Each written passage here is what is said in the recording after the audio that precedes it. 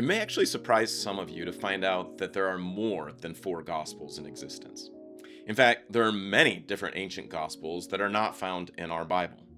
Sometimes these Gospels are referred to as Apocryphal Gospels, which, taken from the Greek, means something like hidden or secret.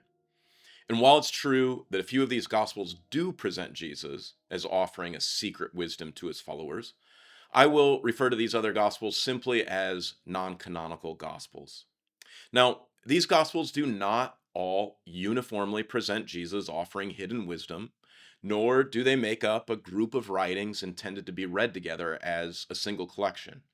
And while some are clearly outside the boundaries of mainstream Orthodox Christianity, many of the writings are entirely Orthodox in their theology and are likely intended to supplement rather than critique or replace the accounts in the canonical Gospels.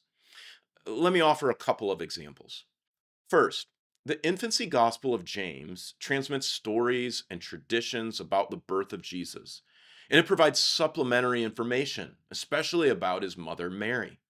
The text emphasizes Mary and her family's piety, her Davidic lineage, her upbringing in the temple from a very early age, and her visit to her cousin Elizabeth, as well as Joseph's obedience to the angel's command to show fidelity to his wife.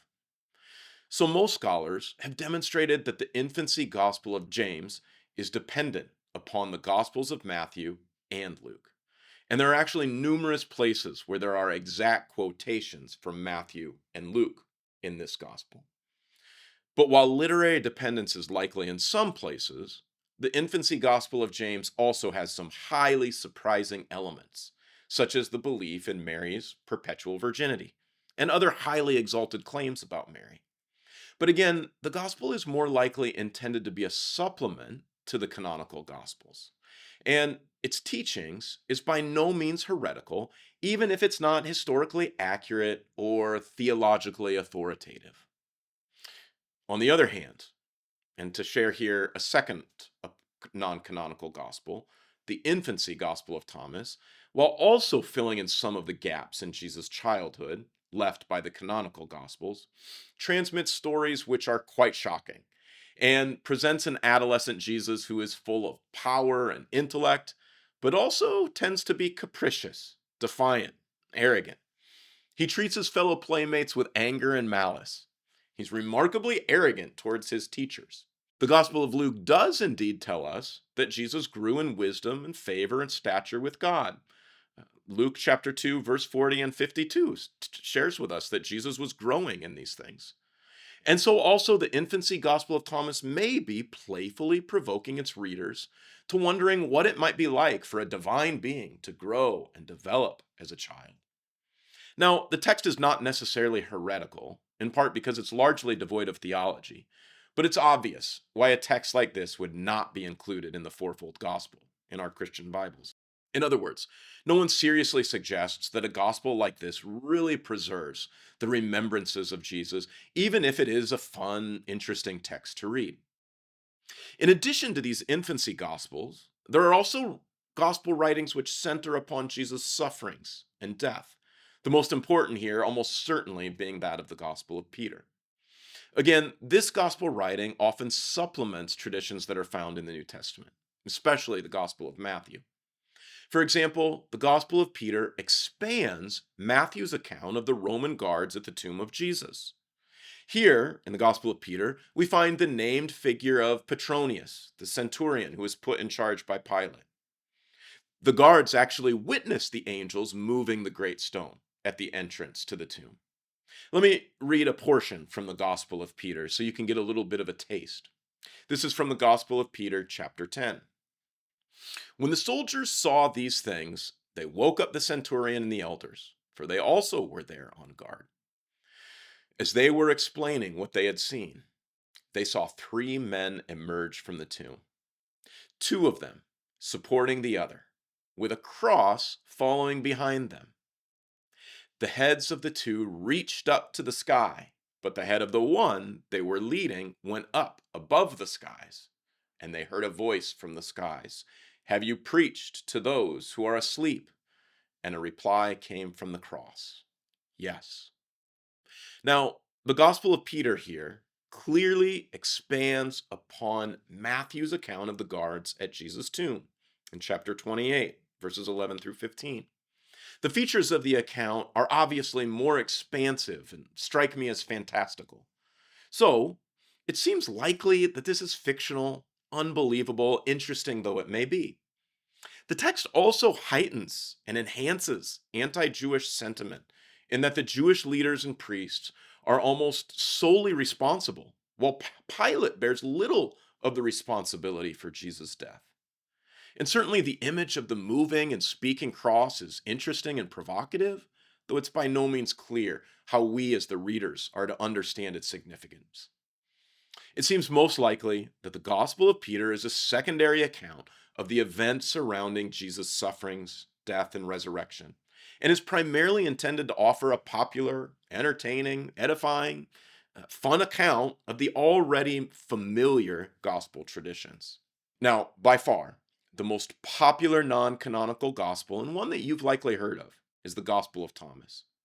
Even before this text was discovered, that is the Coptic text in around 1900, scholars were aware that there was a writing like this, that it existed, due to a handful of early Christian authors who referred to it by name.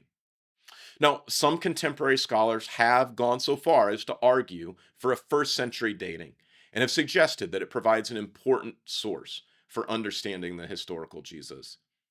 But most now agree that the Gospel of Thomas actually demonstrates literary dependence on our synoptic Gospels, or at least synoptic traditions, and that it should be dated no later than the early second century. Now, the conversations here are complex and unwieldy, but I do want to take a quick look at what we find in this Gospel writing.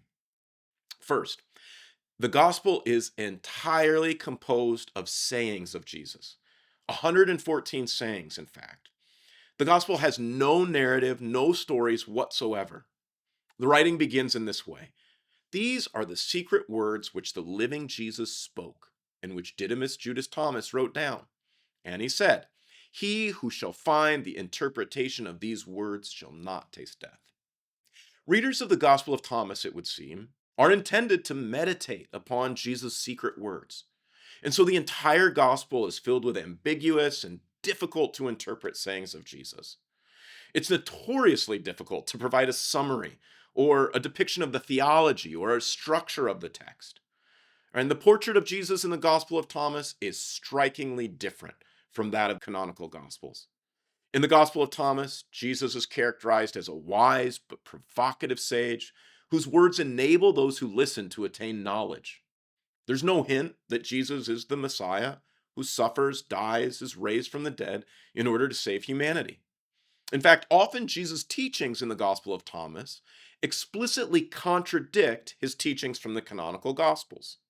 So in the Gospel of Thomas, Jesus rejects the prophets of Israel as providing testimony to his coming.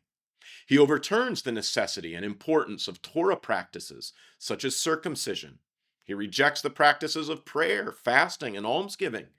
And he even denigrates the notion of a future resurrection from the dead.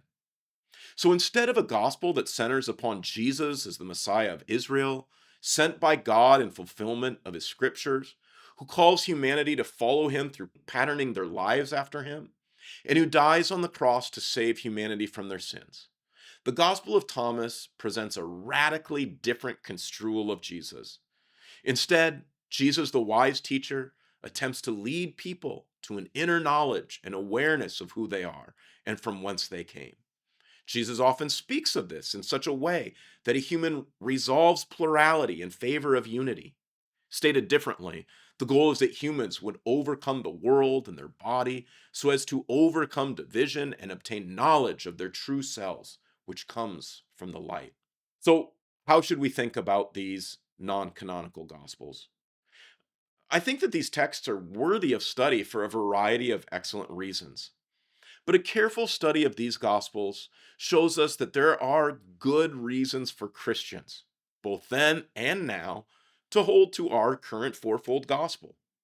First, many of the non canonical Gospels are dependent upon our four canonical Gospels. As I've already indicated, they often seem to intentionally supplement the canonical Gospels, or for some, actually even critique them.